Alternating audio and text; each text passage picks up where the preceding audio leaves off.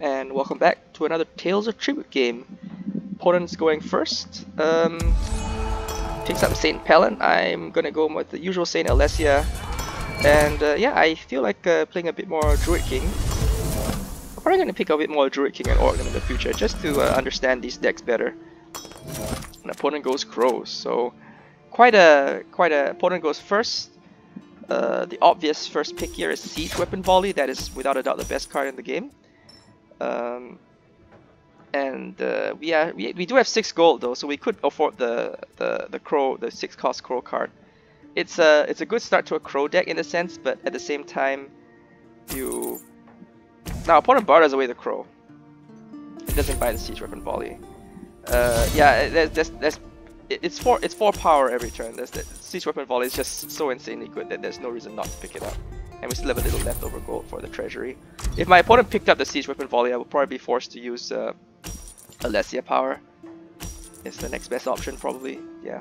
Anyway, he only has 4 gold this turn, so he can't really do much. He could use Saint Alessia Power, which is probably the best option. I mean, there's nothing else here, except for using the treasury. But the treasury like replaces one of your 1 gold coins with a 2 gold coin. Saint Alessia just shuffles a 2 gold guy into your deck, plus it's an agent, plus it can also produce 1 power if you need to, so I think Saint Alessia is probably the better pick at that point. So that's fine. I'm kind of stuck. I really want to give me a bit more economy, and I don't use the Alessia back.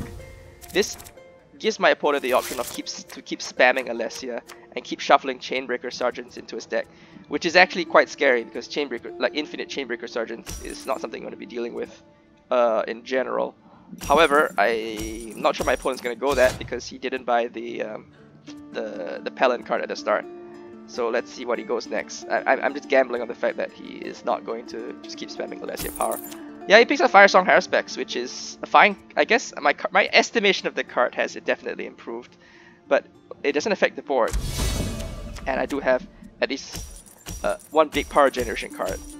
So that is something that I don't want that guy on the field, so we buy that, and we have super incredibly lucky to pick up the 2nd Pelin card. So now we got 2 good Pelin cards in our deck that can combo off each other and start to produce a good deal of power.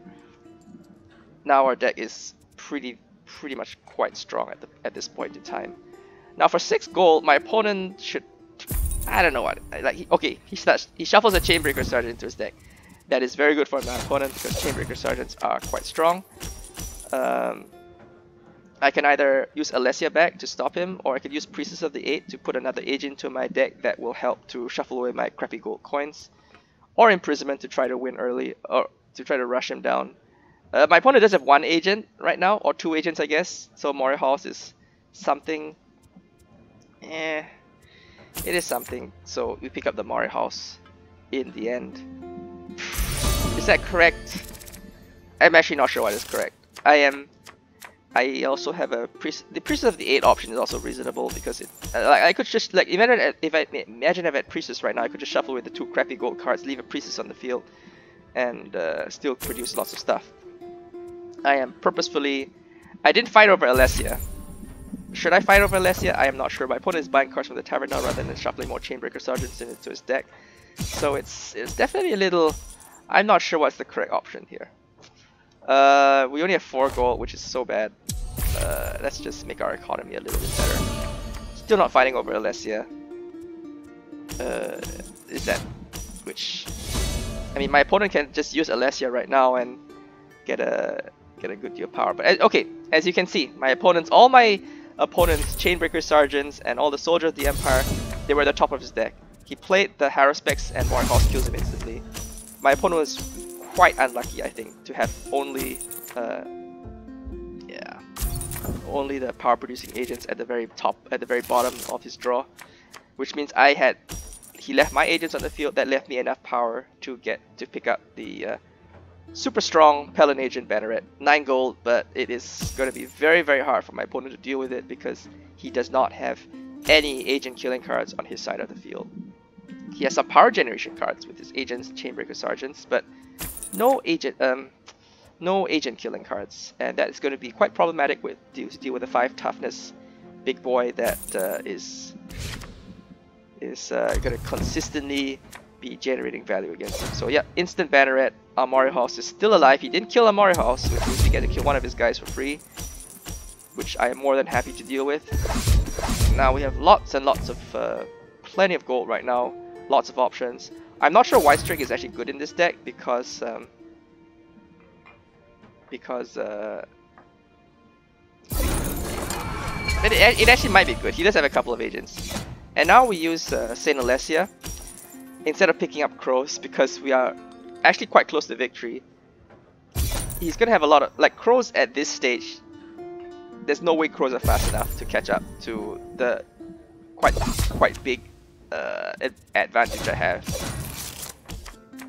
White Strike Ascent, I'm still considering if White Strike Ascent is good or not. It does produce 4 prestige on the combo 3. Whatever. I mean, we're just gonna rush it down. Like Crows, 30 power, 30 prestige. It's gonna be so hard for my opponent to come back from this. Even if he uses Crows this turn, that's not helpful. He can't pick up. He doesn't have enough economy to pick up the White Strike Ascendant.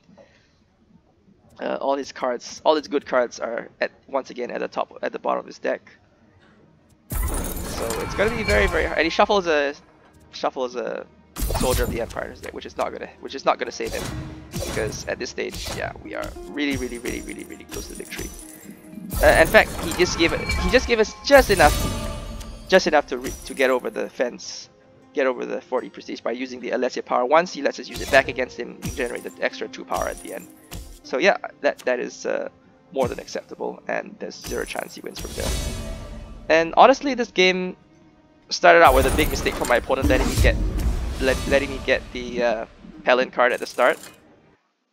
That's not something that you want to throw away. That's just that's one of the best Pelin cards to pick up early. Yeah, managed to make Void Steel rank. So yeah, thanks for watching.